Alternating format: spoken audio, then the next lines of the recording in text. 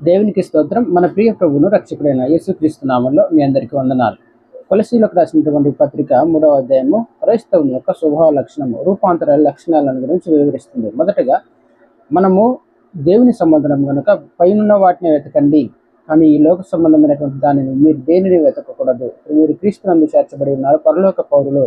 ఈ లోక రాజ్య పౌరులం కాదు, మనం పరలోక రాజ్య పౌరులం అని దేవుని యొక్క లేఖనం తెలియజేస్తుంది. మొదటగా క్రీస్తుతో ఉన్నటువంటి సంబంధం ఈ లోకాన్ని ద్వేషించేలా చేస్తుంది. క్రీస్తుపై ఉన్నటువంటి ప్రేమ ఈ లోకాన్ని తక్కువగా ప్రేమించేలా చేస్తుంది. రెండవదిగా భూ సంబంధమైనటువంటి అవయవములు అనగా జారత్వము, అపవిత్రత, కామకత్వము, వీటన్నిటిని, చెడు మాటలు, దూషణ మాటలు, ఇవన్నిటిని పరిత్యజించమని వాక్యం తెలియజేస్తుంది.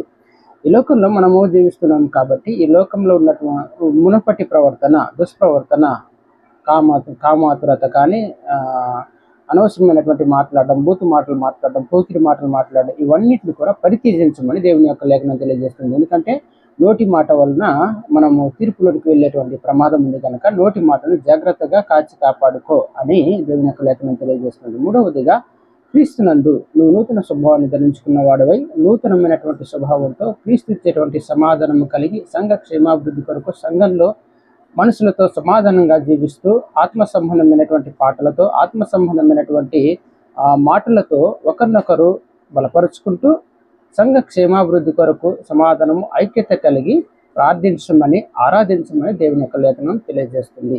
కొలస్సీలకు రాసినటువంటి పత్రిక ఈ 3వ అధ్యాయం అనేది క్రైస్తవుని యొక్క 3 స్వభావ లక్షణాలను గురించి వివరిస్తుంది. మొదటగా దేవునితో ఉన్నటువంటి సంబంధము, ఆ తరువాత ఏది తెలుసుకోవాలి, ఏది తీసేసుకోవాలి, మనలో నుంచి ఏ లక్షణాలు అవలంబించుకోవాలనేది 3వ విషయంలో దేవుని యొక్క లేఖనం తెలియజేస్తుంది. అటు రీతిగా పరిశుద్ధత కలిగి దేవుని యొక్క సంఘాన్ని కట్టేటువంటి బిడ్డలంగా మనం ఉందాం. దేవుడు మనల్ని దీవించి ఆశీర్వదించి